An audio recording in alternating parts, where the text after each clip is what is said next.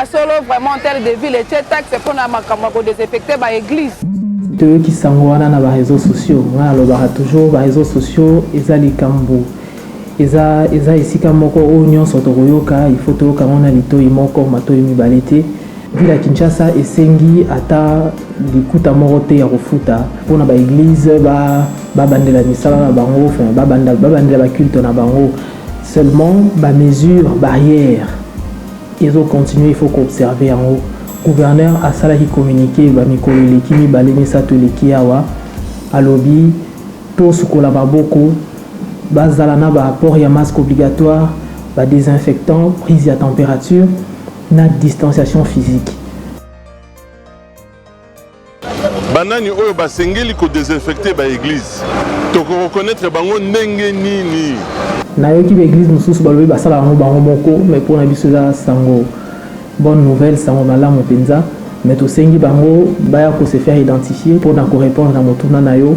To ko communiquer na moment où esengeli tango ko zala après pour na kopesa bino liste ya ba société o baza habilité au salango to tchango na disposition à FEC na disposition ba commune na disposition à ministère pour na ba oyo ba kolinga justement pour na irozale tindami na niveau ya mokonzi pour na ba accéder na ba service wana. Ko désinfecter l'église yango et osala mandenge nini avant to kota lo sambo tout temps lo sambo ko bima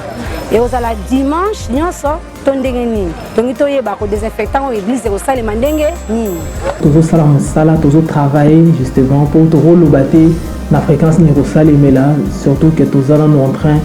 ya ko aligner bato baza habilité ko sala ngo en principe ezelo moko soto yuto la décontamination que to sala ngo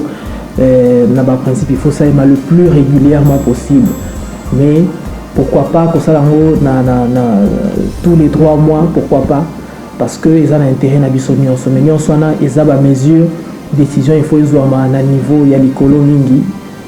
gouverneur a repéré sa meeting, le cas échéant, et biso en exécution. Toujours le baquet bakinois, les camboyo, ils ont les corona, italika rangate, italika kamokonzambo kate, italika gouverneur te. Yani kama bakinois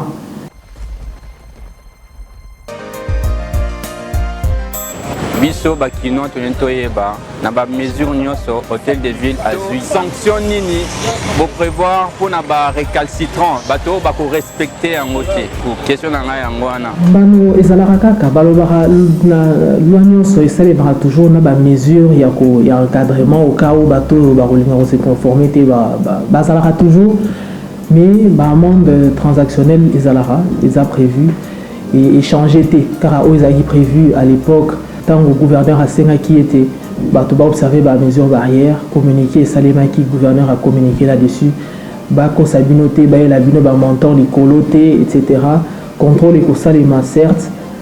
dès dimanche, pour Narota, l'année qui observant ces mesures barrières, le cas où des contaminations et cause à la obligatoire ou prévu to communiquer peut te ces mesures nyonso o esengeli pour na bakinois ba se conformer.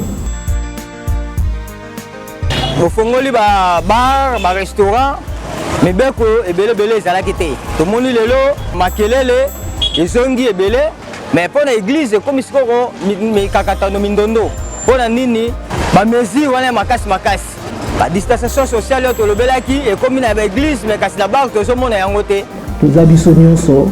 bas chrétiens, tous les bisonions sont intérêts batunions sont bas mesure où ils s'imposent qui dans la boutique. Pourquoi pas ils s'imposer dans l'église étant donné que ils ont lieu il y a un rassemblement public né tout le baka.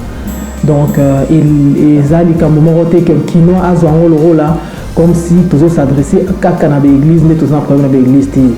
Tous amis marokitana na place wana tant ce dimanche au moment dans l'église nabino pour na ressembler na bino pe comme ça je crois que tu reçois là en tête à tête donc na dit que kinoa moto atembe kinoa lingi komona mais balobara soko zayo moko okoma mais longo obo kende musika mibeko oyo pesaki ke bar de bato na bar makelele ba église ne bato basambelaka makelele neti terre de Dieu c'est aussi la dimanche est-ce que mbeko wana ekwei to continuer kaka na makele wana soko ko ya la biso to yeba te toujours banango kaka ba makelele wana ezalaki era corona te so bokanisi penza makelele wana ezalaki avant kutu corona et eza loi ezalaka depuis kala application na nde ezalaki eloko moko ezalaki na mwa kokoso moke mais to gouverneur a sengaki ete tozongela ngo po kino abi to sato wana pour intérêt kino ye moko kino asengi ete makelele sila comme biso président lobaki yango to ba umbu na bango donc to ba ngamba na bango to ça nini to za na choix te il fallait qu'on faire appliquer loi wana et pour ce faire et le connaît aussi la tête d'ailleurs tozo sala musala na makasi pinza na sécurité ministère de l'intérieur na environnement pour na eti bokomo na mikolo ezolanda to robandela lisusu ba kino bango mo nde bazo komela biso koto buma kilele koto to ko kate mais tant ça mara bien ngana olinga pe ba lika ba betela biso maboko mais ce qui ça mabe c'est vrai via relakisa mosapi c'est bien ça nous permet à biso to yeba place nini to pour résoudre le problème mais je pense que Moussala na to tikité to continuer en haut pour la biso non surtout ça là na kilia